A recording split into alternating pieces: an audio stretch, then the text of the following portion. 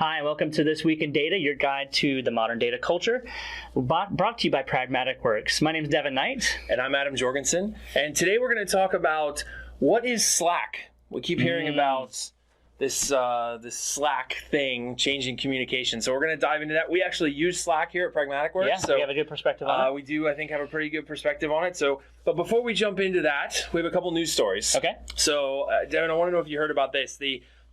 There was recently reported that confidence is really growing in the public cloud from IT pros. So, for a few years, it was kind of slowly gaining traction. Oh, we can't put our data in the cloud. We can't do this. But now it seems like confidence is really turning. What do you think is driving that? Okay, so it's confidence from a security standpoint? Or Yeah, specifically around security. That's always been kind of the main concern. Yeah, well, I think over time it hasn't changed much on the cloud side, but it's people that are starting to realize and get past some of those hesitancies they've had that weren't really true to begin with. Right. So yeah, I think the security has been there for a while on the Azure side or on the cloud side, but it's finally getting past that in your head of what you thought you shouldn't be doing, or what we've done in the past is what we should be doing now, kind of right. thing. Yeah. Well, it's interesting. One of the big workloads we see going to the cloud right away is analytics. Yeah. Because it requires a lot of computing power, a lot of data storage, and a variety of different tools to be able to interact with it. And right. One of the other news stories that we had this week was how much analytics has really increased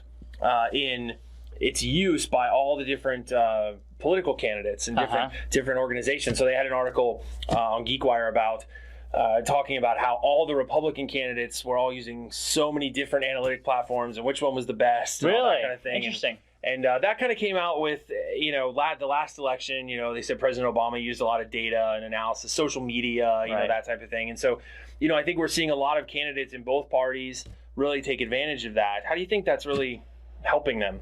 Yeah, I mean, hopefully it gives them a better picture of the people that are actually voting. Yeah, I wonder how much of it is information, especially through things like social media. I'm probably making some judgments on things that maybe not true, but how many people on social media aren't even registered to vote and things like that? Like, what kind of things in the data are they trying to appeal to that maybe people that don't even vote? I don't know. There's a lot of people I see on social media that sometimes I hope aren't registered to vote. And you're right. There's a lot of stuff on social media. It's just boo this candidate or boo that candidate, right? But I do think probably some of the data, especially from a social media sentiment side, that it's clearly you know more people's opinions more often. It's a little bit more divisive. But yeah, people will definitely tell you how they feel. So speaking of listening to things, our last news story is a game changer. Okay, it's life-changing, breaking news. I don't know if I'm ready for this. I don't know if you are. The new iPhone is not out yet. Oh, I know. Maybe by the time this comes out. Moment of silence. But when it comes out, it's not going to have a headphone jack. Okay. I think I've heard rumors of this. Okay. Yeah, so, you have the Lightning port or Bluetooth, but no trusty headphone jack. So it's just going to be Bluetooth for headphones? Or an adapter. Or we have another dongle. Because as IT pros, we don't have enough adapters and tiny cables. Yeah. It's going to be, I think it's interesting. It'll be interesting if it's a bold choice. If they do go just like Bluetooth for headphones. I have the worst time with things staying connected on Bluetooth. Yeah. So unless they really fine tune that technology, I could see some issues with that happening. But yeah, overall, I think I'm cool with that. Less areas for water to get soaked into my phone. It sounds like a great idea. Is that a big problem? One time, yeah. Are only you once. Streaming video while giving the kids a bath and stuff like that? that? Yeah, that kind of thing. You're always keep your phone near water or in the toilet or things like that.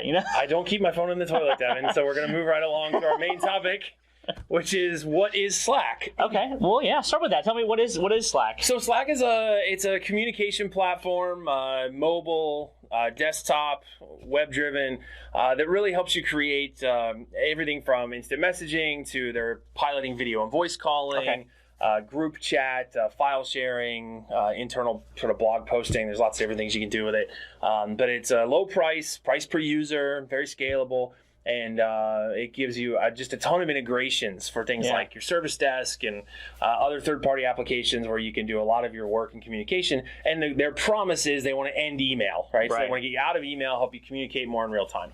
That's interesting. It sounds like from the features you mentioned, it combines a lot of the features of 10 things that we would have done in the past. So why are we using Slack then? So we started using it just because we wanted to bring the team a little closer together. Right? We have people all over the country. They're they're traveling. We wanted to be able to share information in more real time. Email is, let's be honest, it's terrible, right? It's easy to get lost in long threads, and everybody's on 10 distribution lists. And, all of those things you wind up going 3 weeks and I got to go clean up my DL and, take a look at that. So it's become a much more effective way for us to keep people in touch. And it started because I was sitting on one of our team meetings, which of course is a virtual meeting. And we were talking and there was good conversation in the meeting, but then there was a whole other set of conversation in the chat window. And I kept going, this is great. And how do we make this happen all the time? Right? All day, every day. How do we keep people connected? And Slack gives us the ability to do that. So it's pretty cool. That's interesting. So how has it, you mentioned a lot of things that their goal was to eliminate email, that sort of thing, or cut back on email. How has it changed the way that we communicate? So just about all of our updates that go out to the team would normally be these broadcast emails, right? That doesn't really happen anymore. We can write posts in Slack, so we can do sort of long form blog posts when we do weekly updates or quarterly updates. We can share PowerPoints and files. So I try to make sure that 99% of my communication to the team goes out through Slack. And I really haven't had any problem with anything I want to be able to send or communicate.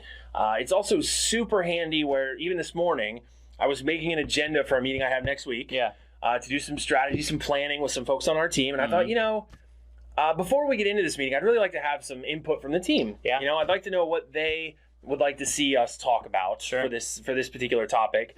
And so I did. I opened it up. I posted a quick update in Slack, and within about 15 minutes, half of our team had replied, and I got to take all that feedback. I stuck it in the agenda in my document for it, and we're ready to go. So now everybody who's coming to that meeting will have that feedback before they get to the meeting, and the conversation is going to be way more productive. If we tried to do that over email, it would have been a nightmare. Right. That's pretty cool. I like it. So one of the things too that I think is cool is you can actually filter down, so you're not getting overwhelmed with notifications constantly. Talk about that for a moment, if you don't mind. What are some of the things you can do to really control the notification capability? Yeah. So they have a great feature called Do Not Disturb. Yeah. So at 3 a.m, when somebody's up on the West Coast or they're coming out of a movie and they're like, "Oh, this was the best movie and it was awesome," my phone's not gonna start going nuts, and my wife might throw it across the room or something, right?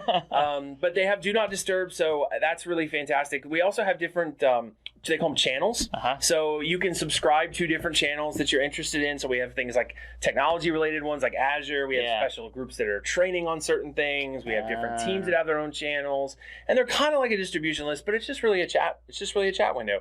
You can also set up email alerts, and so if you don't want to really log into Slack for a few hours and you just want to have important things forwarded over to your email, you can do that too. We actually try to discourage that a little bit because I think it kind of gets rid of the purpose of trying to stay out of email. But most of the time, it's really cut down on my email volume. It's helped me be a lot more effective with what I do need to use email for, and given us a lot faster, more real-time access to the team throughout the day. And I think that's pretty awesome. Yeah, I really love the feature capability to be able to get alerts on specific keywords that are used. Or if somebody mentions my name. So it's kind of like Twitter in that you could say... Yes, I forgot that. That's really important. Yeah, so if I really want to get Adam's attention or the entire channel's attention, I can call that out or call out Adam. Or from my perspective, what I'll do is, I don't want to have a ton of email notifications, but I do have them come up on my phone, and I got overwhelmed with so many of them in the beginning because I was saying, give me everything. Right, I want to know it all. Yeah, and it was way too much. So I said, all right, well, here's what I'm really interested in. If my name is mentioned, if the word Power BI is mentioned, if Azure's mentioned, those like keywords that I care about are mentioned, then I want to be notified. Otherwise, I'll go check it, whenever I can, kind of thing, because I want to stay focused on my work. Yeah. So, all right, what's the verdict? Is it worth it? Do you like it? Has it been helpful for our company? I think it's been hugely helpful for us. I think that you have to embrace it. Yeah. Right. We did a pilot. We rolled it out. We just let people sort of casually use it for a few months. Right. And then we came back, and the people who had really used it really, really liked it. They had a lot of good reasons why they liked it. Some people just hadn't embraced it because of time or whatever. They thought, oh, well, I don't know if I'm going to invest my time in a fad, that type of thing. And so we doubled down on it because of the feedback we got from the first group. Created some guides on how to use it. Created some guidelines. One of our engagement managers here, Maggie, who you guys have seen on our free training before, she actually kind of took ownership of it, and she's helped the team get onboarded, and we've been using it now for months, and it's really, I think it's totally worth it. Yeah. That's great. Yeah, I love it. I'm kind of curious what they think. So if you guys have tried Slack, or if you use something else that's similar for communication. There are similar tools out there. We picked Slack because we thought it was best for us, but a lot of them have pretty similar features. So. And it's becoming pretty popular. I have a lot of other companies that I talked to didn't even mention I use Slack. They brought it up to me. Right. So I'm curious what you guys think. Comment down below at the bottom of the video. Let us know what you guys think. What kind of communication new tools are you using that we should be thinking about as well? We'd love to hear back from you. So yeah, that'd be great. Yeah. Well, we want to thank you guys for joining us this week. By the way, you can learn more about this kind of information and other things at our blog if you go to Pragmatic Works. If you go to Pragmatic Don't Works. go to Pragmatic Works. I don't know what that is. But pragmaticworks.com. Yeah, so if you go to pragmaticworks.com, you can read up on our blog. We post pretty regularly. Yes. And learn more there. And we thank you for joining us at This Week in Data by Pragmatic Works, and we'll see you next time. Thanks, everybody.